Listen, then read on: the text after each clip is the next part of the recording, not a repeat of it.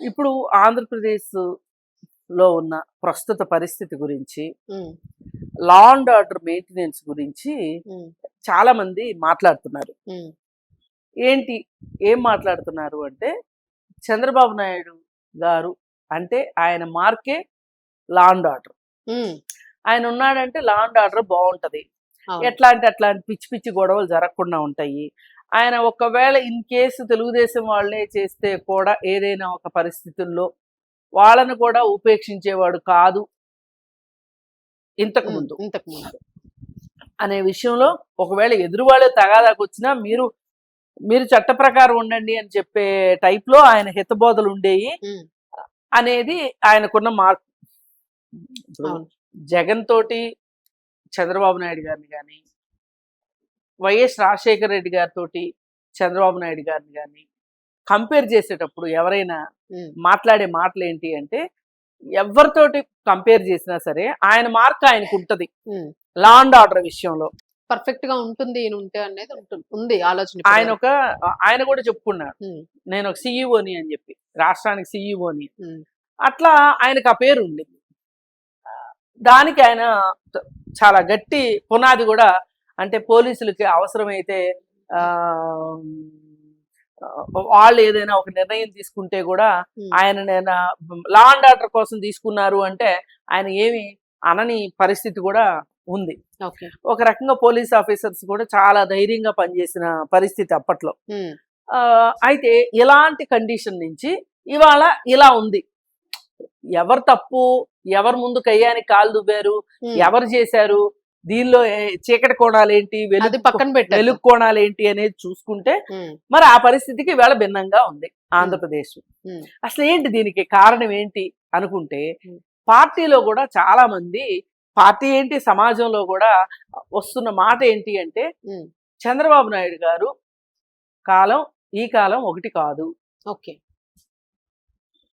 ఒకప్పుడు అనేవాళ్ళు కదా గాంధీ గారు ఒక చెంప చూపిస్తుంది ఒక రెండో చెంప కొడితే చెంప. రెండో చెంప కూడా చూపించి కొట్టమనేవాళ్ళు. అవును. అదే మేమైతేనా వాళ్ళు చెంప దెబ్బ కొట్టాలి అనుకునే లోపే వాళ్ళు రెండు చెంపలు వాయించుతాము అనే టైప్ లో మాట్లాడేవాళ్ళు. అవును. అలాగే ఇప్పుడు కూడా ఆయన టైం అయిపోయిందండి. ఆయన పెద్ద ఆయన అయిపోయాడు. హ్మ్. ఆయనలాగా రాజకీయాలు చేస్తే ఎట్లా? హ్మ్. ఇవాళ వస్తున్న ఈ రౌడీ బ్యాచ్ ని హ్మ్. ఎదుర్కోవాలి అంటే గనక రౌడీల్లాగా వాళ్ళకి మారాలి. తగ్గట్టుగా రౌడీలుగా మారాల్సిందే అనే ఒక వాదన సమాజంలో వస్తుంది. హ్మ్. అంటే ఇది పాత నీరు. ఈ పాత నీరు పోయి కొత్త నీరు రావాలి హ్మ్. అనే ఒక ఉద్దేశంలో ఉన్నారు. కానీ ఇది మంచి పద్ధతి కాదు. హ్మ్. ఎందుకు అంటే ఏదన్నా జరగనివ్వండి. చట్టాన్ని చేతిలోకి తీసుకునే హక్కు ఎవ్వరికీ లేదు. హ్మ్. అది అధికార పార్టీ కార్యకర్తలకా, లేకపోతే ప్రతిపక్ష పార్టీ కార్యకర్తలకా, లేకపోతే సామాన్య ప్రజలకా ఎవ్వరికీ చట్టాన్ని చేతిలోకి తీసుకునే హక్కు లేదు. హ్మ్. ఎవరైనా సరే బాధ్యత గల పౌరులుగా ఎక్కడైనా ఏదైనా జరుగుతుంది అంటే చట్టానికి సమాచారం ఇవ్వడం వరకే మీ విధి. హ్మ్. అదే ఇప్పుడు రోడ్ యాక్సిడెంట్ జరిగింది. ఒకప్పుడు రోడ్ యాక్సిడెంట్ జరిగిన వాళ్ళని ముట్టుకుంటే ఆహ్, కేస్ అయ్యేది. ఇప్పుడు ఒక గోల్డెన్ అవర్ మిస్ అయిపోతుంది అనే ఉద్దేశంతోటి చట్టాల్లో ఏం చెప్పారు? రోడ్ యాక్సిడెంట్ అయినప్పటికీ కూడా హ్మ్. మీరు హాస్పిటల్‌లో జాయిన్ చేయండి. మీ మీద కేసులేమి ఉండవు. హ్మ్. ఓకే. ఇప్పుడు రోడ్డు మీద ఎవరో ఇద్దరు కొట్టుకుంటున్నారు, పొడుచుకుంటున్నారు. హ్మ్. అవసరమైతే మీరు ఆ గొడవ ఆపటానికి మీరు ప్రయత్నం చేసే ప్రాసెస్‌లో హ్మ్.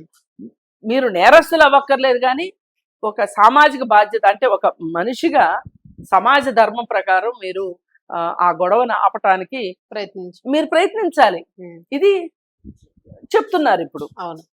అంటే ఈ ఈ మొత్తంలో మనకు కనిపిస్తుందేంటి? ఎక్కడ చట్టాన్ని చేతిలోకి తీసుకోమని చెప్పలా. అవును. ఇప్పుడు రోడ్డు యాక్సిడెంట్ అయిన మనిషిని హాస్పిటల్‌లో చేర్పించమన్నారు గానీ, యాక్సిడెంట్ అయిన పర్సన్‌ని కొట్టమని చెప్పలే. కొట్టమని చెప్పలే. అంతే. చట్టాలు ఎన్ని మారినా, ఎలా మారినా ఫైనల్‌గా చెప్పేదేంటి? మనందరికీ సుప్రీం చట్టమే. హ్మ్. చట్టం చేతిలోనే మనం ఉండాలి. చట్టం అడుగుజాడల్లోనే ఉండాలి అనేది నీతి. హ్మ్. ఇప్పుడు మనుషులు మారిపోయినా, కాలాలు మారిపోయినా, లేదు ఎవరన్నా ఔట్‌డేట్ అయ్యారు అని ఎవరన్నా అనుకున్నా, హ్మ్. ఏం జరిగినా సరే చట్టాన్ని చేతిలోకి తీసుకోవటం మట్టుకు కుదిరే పని కాదు. ఉమ్, మరి ఇప్పుడు ఇక్కడ చట్టాన్ని చేతిలోకి తీసుకున్న వాళ్ళని ఏం చేస్తారు ఉమ్. అనేది ప్రశ్న. క్వశ్చన్. క్వశ్చన్. ఇప్పుడు అంబటి రాంబాబు ఇంటి మీదకి కొంతమంది వెళ్ళారు. అలాగే వాళ్ళ కార్లు అవి పగలగొట్టారు. ఉమ్. గందరగోళం జరిగింది అనేది వాస్తవం. అవును. జరిగినప్పుడు ఒకప్పుడు కొంతమంది దాదాపు 108 మంది అనుకుంటా చంద్రబాబు నాయుడు గారి ఇంటి మీదకి పార్టీ ఆఫీస్ మీద దాడి ఒకసారి, వాళ్ళ ఇంటి మీద దాడి ఒకసారి, 2 సార్లు జరిగింది. చేశారు. చేసినప్పుడు వాళ్ళ మీద కేసులు పెట్టారా లేదా? అలాగే తెలుగుదేశం కార్యకర్తలైనా సరే వాళ్ళ మీదైనా కేసులు పెట్టాల్సిందే. అవును. ఇందులో మాట్లాడుకోవటానికి లేదు.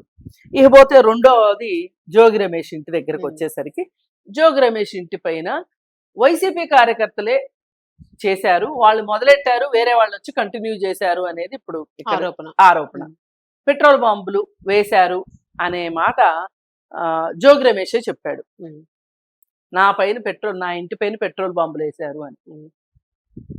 ఆయన అక్కడ లేడు, అప్పుడు ఆయన ఇంట్లో లేడు. ఆయన ఎలా చెప్తాడు పెట్రోల్ బాంబు వేశారు అన్నది? పెట్రోల్ బాంబు ఎలా చెప్తాడు? అది చెప్పాల్సింది ఎవరు? పెట్రోల్ బాంబు అని చెప్పాల్సింది ఎవరు?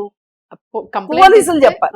కంప్లైంట్ ఇస్తే పోలీసులు చెప్పాలి. పోలీసులు అక్కడికి వెళ్ళి నిజ నిర్ధారణ చేసి అది ఏం బాంబు అనేది చెప్పాలి. అది ఏంటి, కెరోసిన్ బాంబా, పెట్రోల్ బాంబా, లేకపోతే ఏంటి, ఆటం బాంబా, దీపావళి బాంబా, దీపావళి బాంబా, ఏ బాంబు అనేది పోలీసులు చెప్పాలి. పోలీసులు చెప్పేదానికంటే ముందే నువ్వే అత్యుత్సాహంతో నువ్వెందుకు చెప్పావు? ఇది చూస్తుంటే ఏం గుర్తొస్తుంది మనకి? వివేకానంద రెడ్డి హత్య కేసు రోజు ఎలా జరిగింది? స్క్రిప్ట్ ప్రకారం పొల్లు పోకుండా